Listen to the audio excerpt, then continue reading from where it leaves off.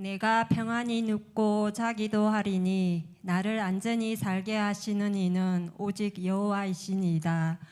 2026년 올 한 해도 3분의 1을 지나고 있는 4월의 마지막 수요 예배에 저희들이 나와서 기도와 예배와 찬송을 드릴 수 있게 여기까지 인도하여 주신 여호와 하나님께 감사를 드립니다. 이 시간 되돌아봅니다. 나만의 또 세상의 이기적인 틀 안에 갇혀서 주님의 제자로서의 신앙인이 아닌 그저 한 무리의 일원으로서 나태함과 이기적인 사랑 그리고 어리석음의 신앙생활을 고백하오니 용서하여 주시옵소서. 거룩하신 하나님 아버지, 죄악에 빠져 죽을 수밖에 없는 저희들을 구원하사 영원한 생명의 복을 주신 은혜에 감사하며 이 세상 그 어떤 손을 붙잡고 살아가는 삶보다 주님을 의식하고 주님의 말씀에 순종하며 동행하는 삶이 행복하고 복된 인생인 줄을 깨닫게 하여 주시옵소서. 세상 명예와 물질, 인간의 욕망의 부유함보다 내게 능력 주시는 자 안에서 내가 모든 것을 할 수 있다는 하나님의 은혜의 부유함으로 살아가게 하여 주시옵소서. 나라와 민족을 위해 기도합니다. 돈과 물질의 사랑, 자기 민족만을 위한 이기적인 사랑 때문에 지금 이란과 미국, 우크라이나와 러시아, 레바논과 이스라엘이 전쟁을 멈추지 않고 있습니다. 오직 전능하신 하나님의 권능의 손만이 이 전쟁을 멈추게 할 수 있사오니 그 손을 펴사 다시 이 세상이 평화와 질서를 되찾을 수 있도록 인도하여 주시옵소서. 교회 공동체를 위해 기도합니다. 하나님께 받은 크나큰 구원의 복을 나누며 이웃과 함께 사랑을 나누고 동행하는 삶을 살게 하여 주시옵고, 특별히 5월 10일 동행주일 예배도 좋은 날씨를 허락하시어 하나님의 인도하심 가운데 무사히 잘 예배드려질 수 있도록 도와주시옵소서. 또 몸과 마음이 아파서 치료 중에 있는 성도님들이 있사오니 그분들의 마음을 위로하시고 속히 쾌차할 수 있도록 인도하여 주시옵소서. 그리고 가족들의 품을 떠나 객지에서 학교 생활과 직장 생활을 하는 자녀들에게도 하나님의 인도하심이 늘 함께하여 주시옵소서. 오늘 말씀을 전하시는 목사님 항상 건강 지켜주시옵고 모든 예배를 통해 저희들이 참된 믿음의 열매를 맺는 삶을 살게 하여 주시옵소서. 이 모든 말씀 우리 주 예수님의 이름으로 기도드립니다. 아멘.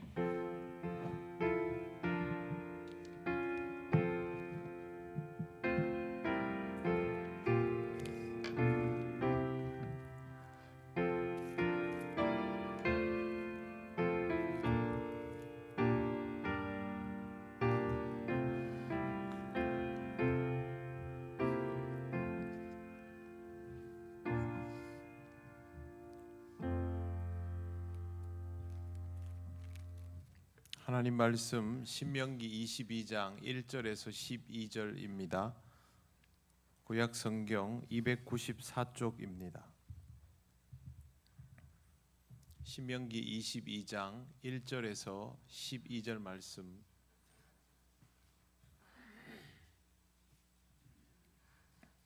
한 절씩 교독하겠습니다. 내 형제의 소나 양이 길 잃은 것을 보거든 못 본 채 하지 말고 너는 반드시 그것을 끌어다가 내 형제에게 돌릴 것이요.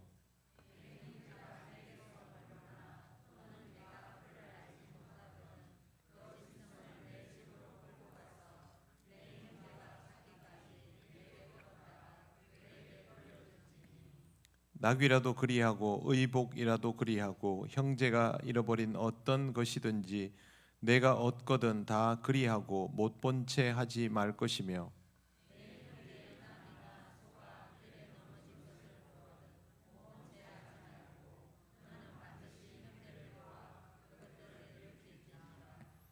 여자는 남자의 의복을 입지 말 것이요 남자는 여자의 의복을 입지 말 것이라.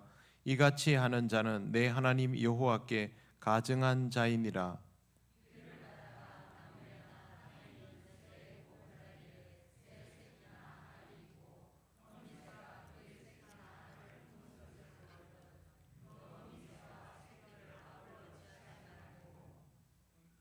어미는 반드시 놓아줄 것이요 새끼는 취하여도 되나니 그리하면 내가 복을 누리고 장수하리라.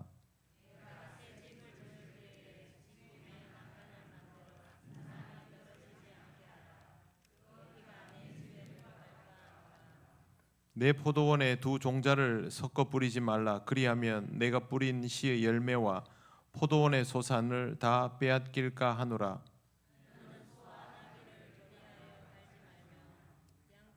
양털과 배실로 섞어 짠 것을 입지 말지니라. 너희는 너희가 입는 겉옷에 내 귀에 술을 만들지니라. 아멘. 인사부터 하시겠습니다. 오늘은 당신은 거룩한 사람입니다. 그렇게 인사해 주십시오.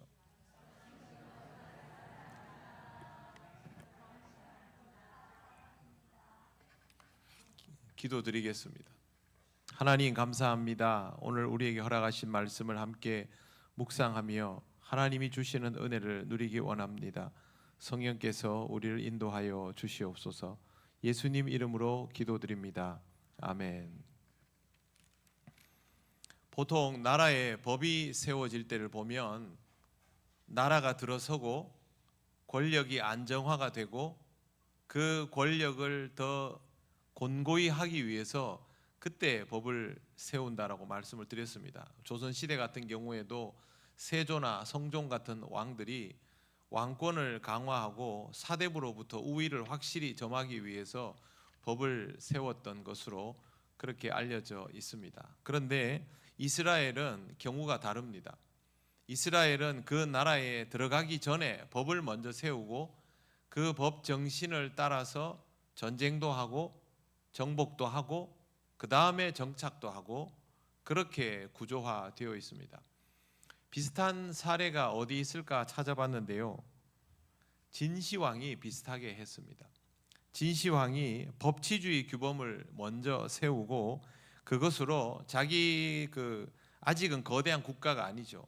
작은 덩어리일 때 이 규범에 따라서 모든 시스템을 정비하고 거기서부터 군사력을 확대하면서 정복 사업을 해 나갑니다. 그렇게 해서 거대한 나라를 만들었던 사례가 있습니다. 하지만 지금 성경에 나오는 이스라엘 민족처럼 아무것도 없는 광야에서 국가라고 부르기도 애매한 이 공동체가 법부터 만들고 그렇게 정복의 역사를 시작했다라는 경우는 찾아보기가 어렵습니다. 굉장히 특수한 것이죠. 이것은 다른 나라와 다를 수밖에 없는 게 다른 나라는 정복을 할 수 있을지 없을지도 확실하지 않지요. 그런데 이스라엘은 하나님이 말씀하시기 때문에 그 일은 반드시 이루어진다라고 전제를 깔고 통치법을 하나님께서 사실은 이 백성에게 주신 것입니다. 그리고 오늘 우리가 읽은 내용을 통해서 하나님의 통치 이념이 무엇인가를 좀 살펴볼 필요가 있습니다. 이것은 신앙 공동체가 어떤 하나님의 통치 이념에 의해서 움직여지고 있는가를 확인할 수 있는 내용이기 때문입니다. 1절에서 4절은 이웃의 재산을 보호해 주고 형제를 발휘해야 한다라는 의미로 기록이 되어 있습니다. 1절 내 형제의 소나 양이 길 잃은 것을 보거든 못 본 채 하지 말고 너는 반드시 그것들을 끌어다가 내 형제에게 돌릴 것이요 라고 되어 있습니다. 본문에 나오는 형제는 혈육을 말하는 것이 아닙니다. 이스라엘 공동체의 구성원들을 다 포함하는 것입니다. 굉장히 넓은 의미이지요.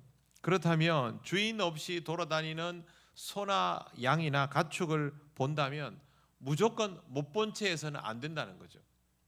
지나쳐 버릴 수도 있겠지만 그럴 수 없다라고 그렇게 정해 두었습니다. 돌아다니는 짐승의 주인이 누군지 알 수 있는 표식이 있거나 한다면 그 주인한테 보내주면 됩니다. 그런데 모르는 가축을 발견할 수도 있겠지요. 아니면 멀리 있는 주인의 가축을 발견할 수도 있습니다. 성경에는요, 반드시 그것을 끌어다가 내 형제에게 돌릴 것이요 라고 되어 있습니다. 무조건 그렇게 하라는 거죠. 예외가 없다라는 뜻입니다. 2절에 보시면 구체적인 방법이 있습니다. 같이 한번 읽어보겠습니다. 내 형제가 내게서 멀거나 또는 내가 그를 알지 못하거든 그 짐승을 내 집으로 끌고 가서 내 형제가 찾기까지 내게 두었다가 그에게 돌려줄지니. 아멘. 주인이 누군지 모르거나 주인을 알아도 멀리 있으면 이건 뭐 난 모르는 일이다, 모른 채 할란다, 그렇게 끝나는 것이 아니라 짐승을 자기 집으로 데리고 가서 형제가 찾아올 때까지 보관을 하라는 겁니다. 며칠 보관하고 이런 것도 없습니다. 그런데 가축은 보관이 그냥 됩니까? 가축 구석에 이게 처박아 두면 됩니까? 안 되지요. 먹여야 되잖아요. 잠자고 먹이고 관리해 줘야 되죠. 언제까지인지도 모르는데 그렇게 하라는 것입니다. 주인이 찾아오면 양심이 있으면 뭔가 보상을 하겠지요. 그런데 보상에 대한 규정은 여기에 없습니다. 이거는 서로에게 당연히 해야 할 일이라고 그렇게 정해져 있는 것입니다. 3절 말씀 보십시오. 나귀라도 그리하고 의복이라도 그리하고. 나귀와 의복은 소나 양에 비해서는 좀 더 가볍게 여길 수 있는 것을 뜻합니다. 옷까지 그래야 되나? 옷이 하나 떨어져 있는데 그것도 그렇게 해야 되고, 그 다음에 형제가 잃어버린 어떤 것이든지, 그러니까 뭐든 보이면 다 그렇게 하라는 뜻입니다. 내가 얻거든 다 그리하고 못 본 채 하지 말 것이며 라고 되어 있습니다. 여러분, 이 말씀대로 되면 어떻게 될까요? 치안에 대해서 신경 쓸 일이 없겠죠. 치안을 담당하는 관료가 있어서 전체를 관장하는 형태가 아니라 자기들끼리 알아서 하는 형태인 거죠.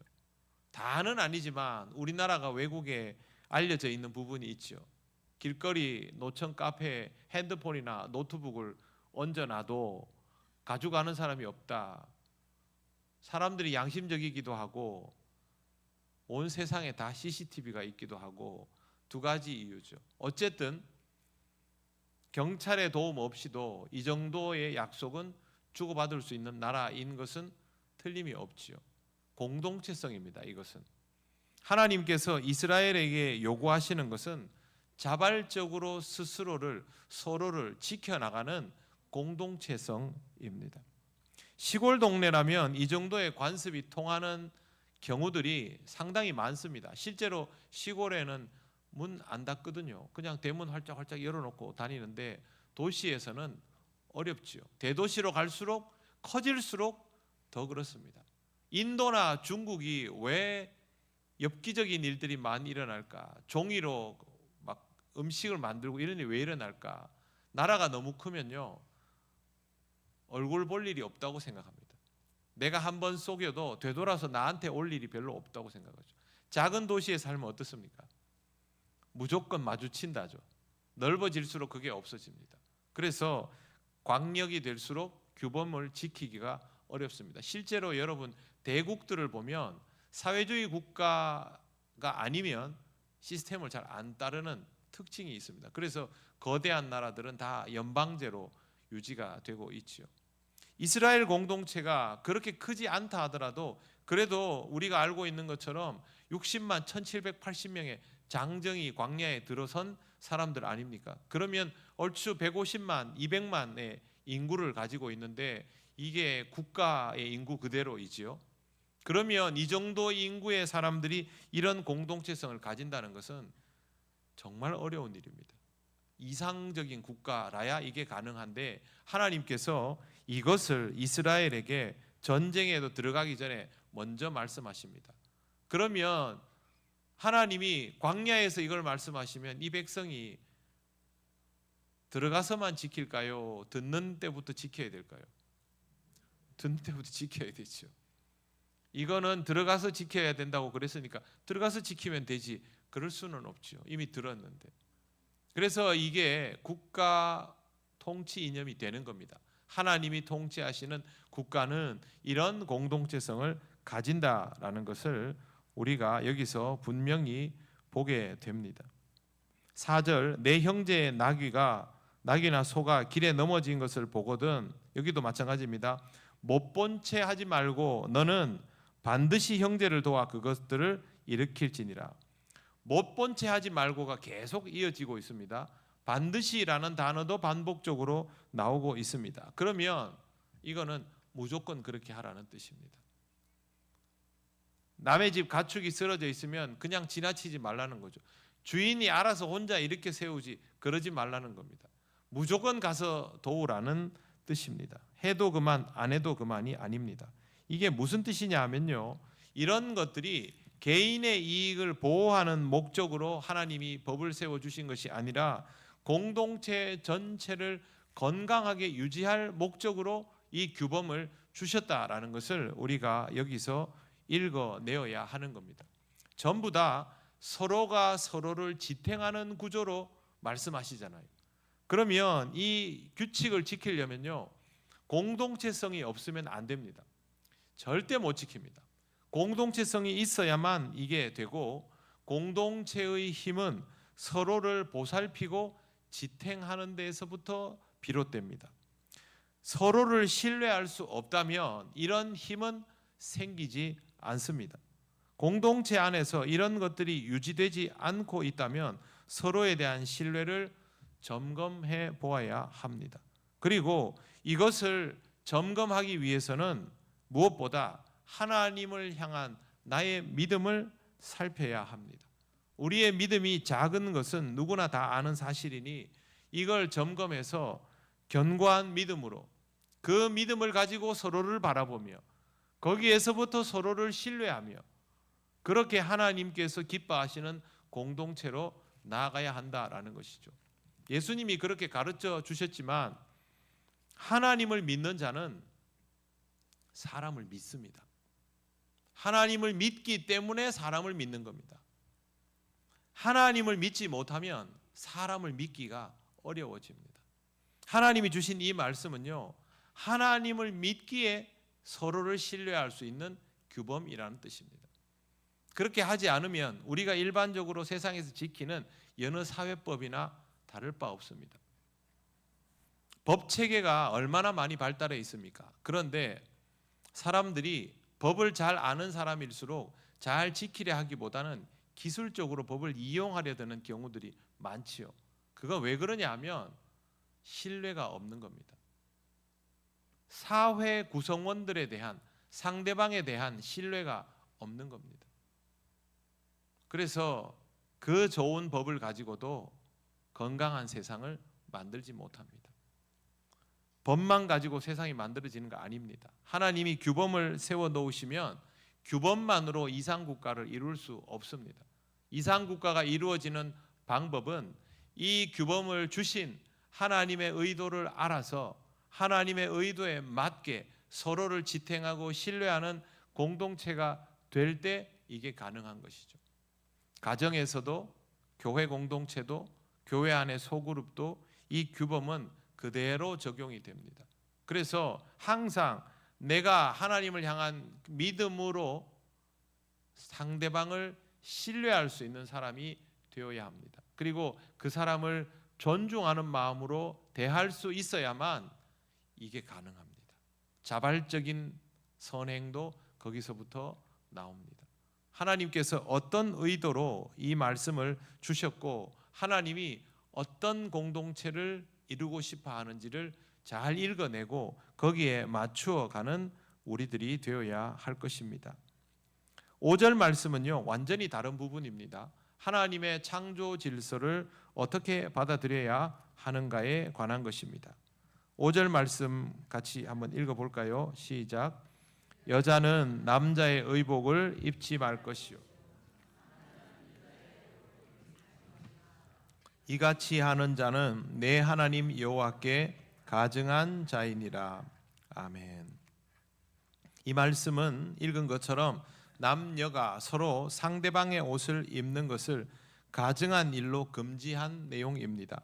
분명히 알아두어야 할 것은 이거는 패션이나 취향의 문제가 아니라 성별의 구별에 관한 문제입니다.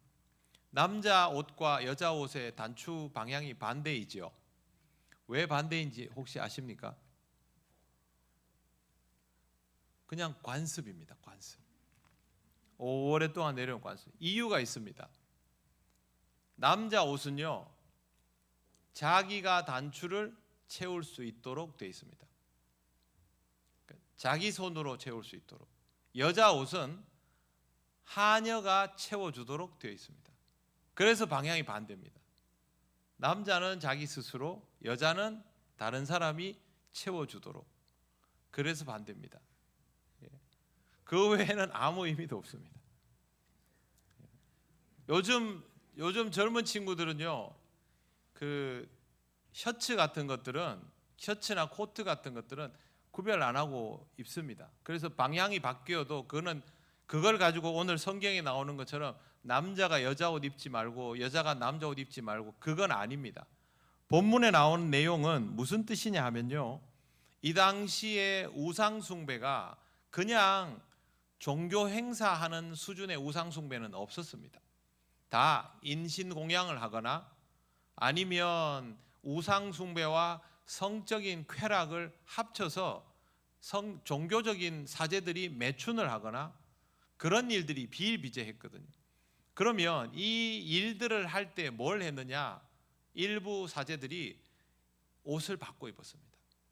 남자가 여자의 옷을 입고 여자가 남자의 옷을 입고. 근데 이게 일반적인 옷이 아니라 종교 행사용 옷인 거죠. 요즘 말로 하면 무대 의상 같은 겁니다.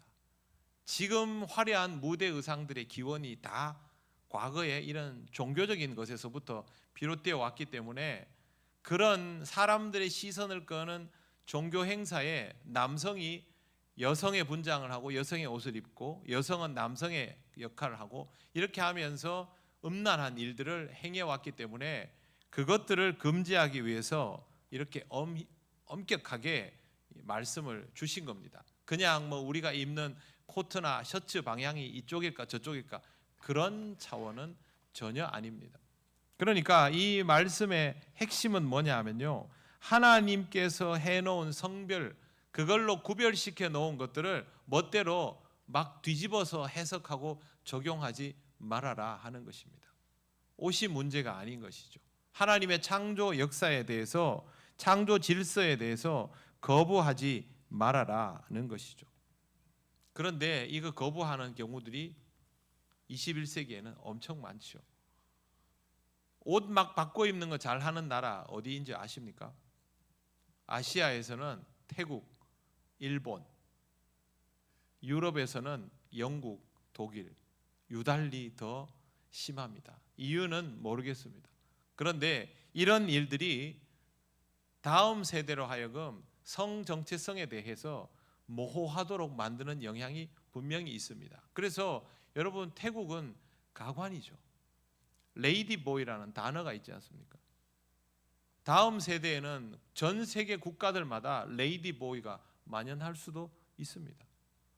그래서 우리 그리스도인들은 율법적으로 엄격하게 뭘 하라는 게 아니라 신앙 교육을 바로 시켜서 하나님 앞에서 건강한 인간 이해, 건강한 성 정체성, 그걸 잘 가져야 합니다. 그래야 이 건강한 인간 이해와 건강한 성 정체성을 통해서 건강한 가정을 이룰 수 있는 겁니다. 남자가 무엇인지 여자가 무엇인지를 잘 배워야 자기의 역할을 이해하고 상대방의 역할을 배려하면서 건강한 가정생활과 공동체 생활을 해나갈 수가 있는 것이죠.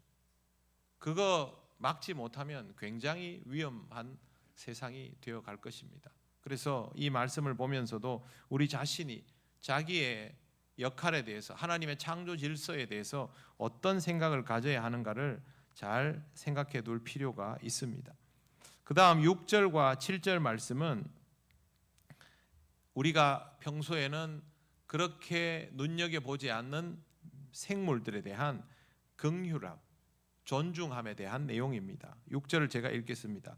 길을 가다가 나무에나 땅에 있는 새의 보금자리에 새 새끼나 알이 있고 어미새가 그의 새끼나 알을 품은 것을 보거든 그 어미새와 새끼를 아울러 취하지 말고 어미는 반드시 놓아줄 것이요 새끼는 취하여도 되나니 그리하면 내가 복을 누리고 장수하리라.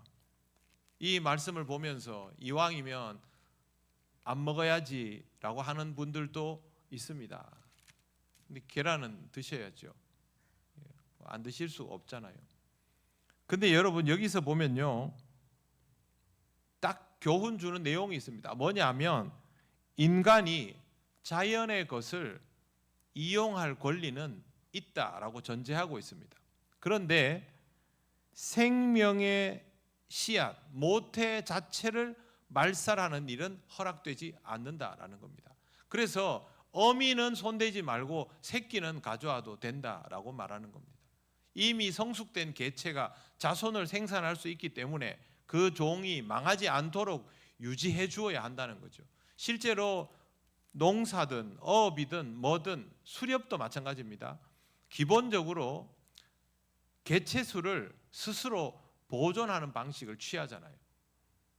그게 서로를 위한 길이기 때문에 그걸 이렇게 말씀하시는 겁니다. 생태계 안에서 번식과 연속성을 보장하면서 필요한 것을 취하라는 것이죠. 인간이 이거를 잘 못 지켰습니다.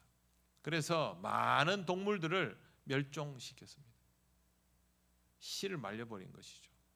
하나님은 이때부터 그렇게 하지 않도록 미리 말씀하여 주셨습니다. 동물이 망하면 어떻게 됩니까? 결국 인간도 죽습니다. 지금은 벌이 많이 복구가 됐는데 몇 년 전에 벌이 급속도로 숫자가 줄어들 때가 있었습니다. 그때 학자들은 인류에게 위협이 왔다고 말했습니다. 동물군 중에 개체수가 많은 어떤 군이 그런 일을 겪으면요, 타격은 인간에게 고스란히 다 오게 되어 있습니다. 우리나라 지금 그 민물의 저수지에 그 가마우지가 언젠가부터 들어와 가지고 대한민국을 다 뒤덮어서 지금 그 유해 조수가 됐거든요. 그거 하나로 우리나라 민물 생태계가 다 파괴되고 있습니다. 그래 가지고 거기 물고기들이 다 죽으면 결국 그 피해는 인간에게 오는 것이죠. 그래서 인간이 스스로 그것을 조절해 나갈 수 있어야 합니다. 하나님이 주신 생명과 장수의 복을 누릴 수 있다는 말은요, 인간이 이 부분에 대해서 스스로 조절할 수 있는 존재여야 한다라는 의미가 있습니다. 자연 환경만 그런 것이 아니고 인간관계도 마찬가지입니다. 내 옆에 있는 존재들을 다 제거하면요, 결국 나도 죽습니다. 그렇지 않습니까? 인간이 사회적 존재라는 이유는 바로 그런 의미입니다. 내 옆에 있는 이들이 살아있을 때 나도 의미가 있는 것이죠. 그걸 항상 우리는 기억해야 합니다. 8절 말씀, 내가 새 집을 지을 때 지붕에서 난간을 만들어 사람이 떨어지지 않게 하라. 그 피가 내 집에 돌아갈까 하노라. 중동 지방의 집은 여러분들이 사진이나 영화에서 보셨겠지만 옥상이 마당입니다. 돈이 좀 있으면 그 위에 별채를 하나 더 짓고, 없으면 그냥 옥상이 마당인데 문제는 여름 되면 옥상에서 자기도 하고 뭐 곡식을 말리기도 하고 여러 가지를 쓴단 말이죠. 여름에 거기서 자다가 잠결에 일어나 가지고 떨어지는 일도 생기고 합니다. 그래서 이 당시에 이스라엘뿐만 아니라 이 지역 자체가 건축을 할 때 이 난간을 꼭 만들도록 했습니다. 건축을 했는데요, 부실공사를 해가지고 건물이 무너지잖아요. 그래서 사람이 죽으면 건축업자는 사형당하게 했습니다. 그래서 안전 문제를 생각보다 굉장히 신경을 쓰고 난간을 만들어서 밤에 자다가 일어나서 화장실 간다고 두리번거리다가 떨어질 일이 없도록 해놓은 것이 바로 이 말씀입니다. 그 다음에 9절에서 10절 말씀이 되게 중요한데요. 9절 제가 읽겠습니다. 내 포도원에 두 종자를 섞어 뿌리지 말라. 그리하면 내가 뿌린 씨와 씨의 열매와 포도원의 소산을 다 빼앗길까 하노라. 두 종자를 섞어 뿌리지 말라는 말은 농사법을 위한 내용이 전혀 아닙니다. 이거는 뭐냐 하면요, 신앙적인 문제입니다. 생산성의 문제가 아닙니다. 절대 오해하시면 안 됩니다. 구별되어야 한다를 가르치기 위해서 두 종류의 종자를 섞어 뿌리지 말라고 말씀하신 겁니다. 농업 생산성 때문에 한 얘기가 전혀 아니다라는 것을 먼저 말씀을 드리고요. 10절도 마찬가지입니다. 너는 소와 나귀를 결의하여 갈지 말며 결의하다라는 말은 동물 두 마리에다가 하나의 멍에를 씌워서 같이 움직이도록 하는 게 결의하다입니다. 그거를 할 때 소는 소끼리, 나귀는 나귀끼리, 그런데 소와 나귀를 하지 말라는 겁니다. 이것도 그 노동의 극대화가 아니고요, 그냥 구별시켜 놓은 겁니다. 11절 양털과 배실로 섞어 짠 것을 입지 말지니라. 이것도 마찬가지로 구별시켜 놓은 것입니다. 왜 이렇게 하셨느냐 하면 거룩함 때문입니다. 우리 조금 전에 인사했지요. 당신은 거룩한 사람입니다. 이것 때문에 했습니다. 거룩함은 구별되었다는 뜻입니다. 구별되었다라는 말은요, 본래의 성질이 다른 것들로 인하여 오염되거나 변형되지 않고 그대로 있다라는 의미이기도 합니다. 하나님은 거룩하시죠. 하나님은 그 무엇으로도 어떤 상황으로도 오염되거나 변형되지 않는 존재입니다. 심지어 이 땅에 사람으로 오셔서도 하나님다움이 훼손되지 않았습니다. 왜? 거룩하시니까요. 육체의 고난으로 죽으시면서도 하나님은 하나님이셨습니다. 그게 거룩함이고 구별됨입니다. 그 무엇에도 손상되지 않고 영향받지 않는 것이죠. 우리가 이 땅을 살아가면서 거룩함을 훈련하는 방법이 무엇일까? 그 무엇에도 미혹되지 않는 것입니다. 특별히 나로 하여금 욕심나게 하는 것들에게 미혹되지 않는 것이 가장 중요합니다. 내가 원하는 것을 얻으려다가 거룩함을 잃어버릴 수 있기 때문입니다. 거룩함은 그냥 잃어버리지 않습니다. 다 썩어져가는 유혹을 따라 욕심 때문입니다. 거기서 거룩함이 훼손됩니다. 그렇게 되지 않도록 훈련해야 하는 것이죠. 거룩함과 내가 원하는 것을 맞바꾸면 결과는 내가 거둘 수 있는 열매와 소산을 다 빼앗기는 것이 됩니다. 쉽게 말씀드려서 영생과 구원의 은혜를 잃게 된다는 뜻입니다. 거룩함은 내가 거룩해야지라고 한다고 해서 거룩함이 유지되는 것이 아니라 구별됨을 통하여 유지되는 것을 기억하셔야 됩니다. 계속해서 나를 오염시키려고 다가오는 것들로부터 나를 지켜내야 되는 거죠. 우리의 내면 세계를 더럽히려 하는 마귀 사탄의 유혹으로부터 나를 지켜내야 됩니다. 나쁜 생각들, 음란한 생각들, 부정적인 것들, 아니면 상대방을 미워하거나 공격적으로 대하고자 하는 것들, 이런 것들 있죠. 내가 원하는 것들에 막 너무 몰두한 나머지 거기에서 시선을 떼지 못하는 일들, 이런 것들이 내가 하나님의 아들, 딸로 살아갈 수 있는 것을 전부 훼손시킬 수 있잖아요. 이것들로부터 내 자신을 지켜내는 것, 이게 거룩함입니다. 그래서 항상 이걸 생각하셔야 됩니다. 내 신앙적 태도, 내 신앙적인 기조, 나 이걸 지켜야 된다. 어떤 상황에도 내가 지켜야 될 제일 중요한 것은 나의 명예나 내 권력이나 내 소망이나 그게 아니라 뭡니까? 왜 조그만하게 얘기하세요? 신앙이어야 됩니다. 따라하십시오. 내가 지켜야 할 것은 신앙뿐이다. 그래야 여러분들이 하나님이 주시는 은혜를 지킬 수 있습니다. 이거를 못 지키면 내가 지키고 싶은 것들을 다 잃습니다. 그게 하나님 말씀입니다. 12절 보십시오. 지금까지 다 배웠는데요, 12절 같이 읽겠습니다. 시작. 너희는 너희가 입는 겉옷에 내 귀에 술을 만들지니라. 아멘. 당시 겉옷은 네모 반듯한 그냥 천입니다. 이걸로 이리도 두르고 저리도 두르고, 그러다가 밤에 잠 오면 깔고 그냥 자면 됩니다. 요즘 캠핑 좋아하는 분들이 밖에 나가서 까는 매트처럼 그렇게 쓰는 겁니다. 그런데 이 겉옷의 끝에 술이 달려 있습니다.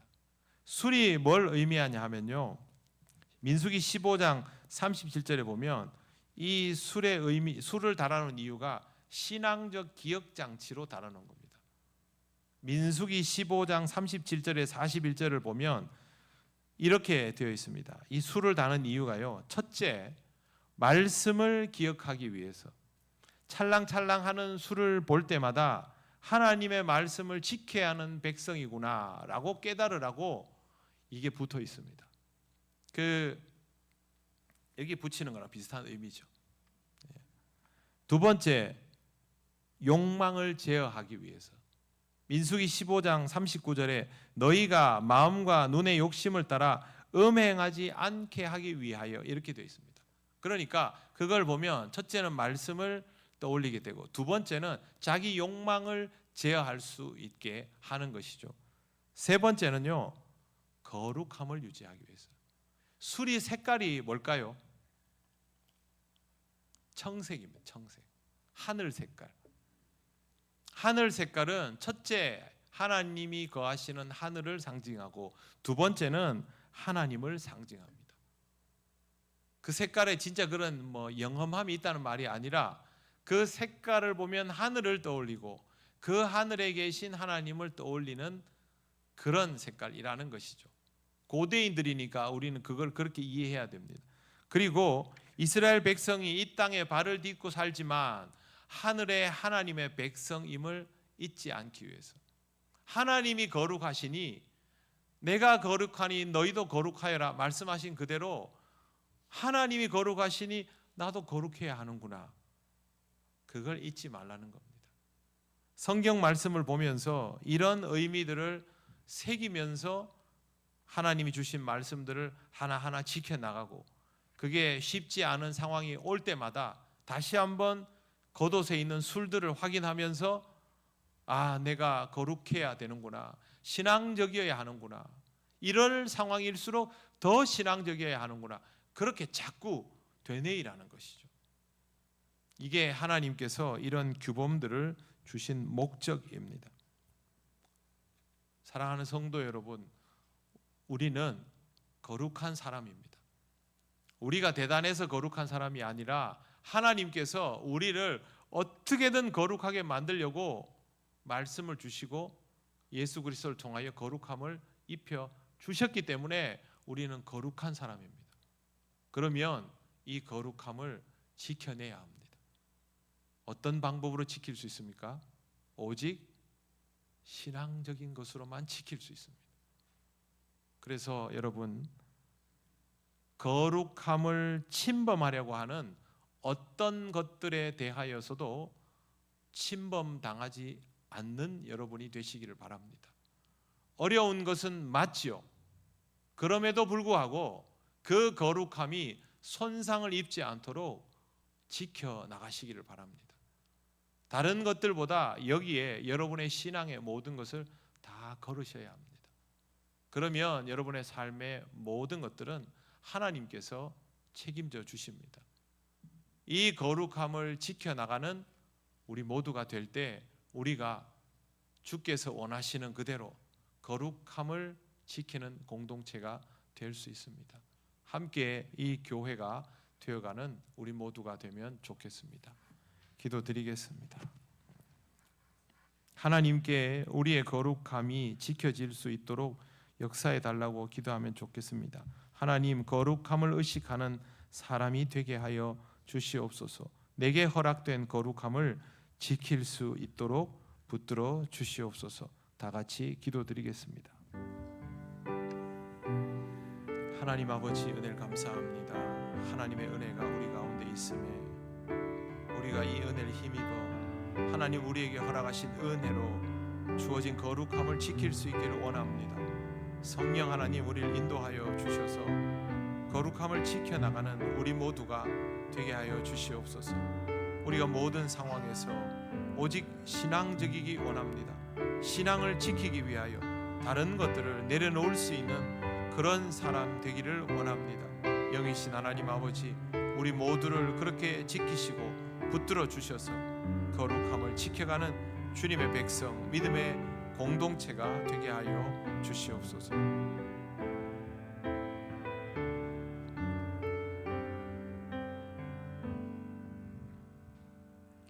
하나님, 우리가 거룩한 교회가 되기를 원합니다. 우리들 자신이 거룩함을 지킬 수 있기를 원합니다. 우리를 유혹하는 모든 것들로부터 우리를 지켜 주시옵소서. 우리 스스로 신앙을 지키기 위하여 우리가 원하는 것들을 내려놓을 수 있는 사람들이 되게 하여 주시옵소서. 오직 하나님의 은혜를 힘입어 거룩한 백성으로 살아가며 거룩한 주님의 몸을 이루기를 원합니다. 성령께서 우리를 인도하여 주시옵소서. 예수님 이름으로 기도드립니다. 아멘.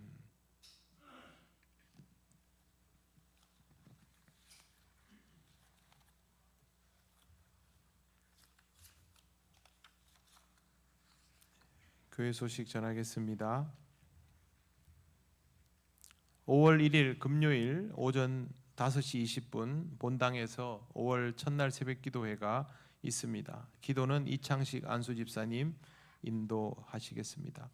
5월 3일 주일은 어린이 주일로 지킵니다. 어린이들을 위해서 더 관심을 가져주시고 많이 기도해 주시길 바랍니다. 다가오는 주일 2부 예배 후에 정기 재직회로 모입니다. 평신도 학당이 5월 2일 토요일부터 시작이 됩니다. 토요반은 오후 4시 30분에 시작을 하고요. 화요일 저녁반은 7시, 화요일 오전반은 10시 30분입니다. 화요반은 5월 5일이 어린이날이라서 5월 7일 그때만 목요일로 하도록 하겠습니다.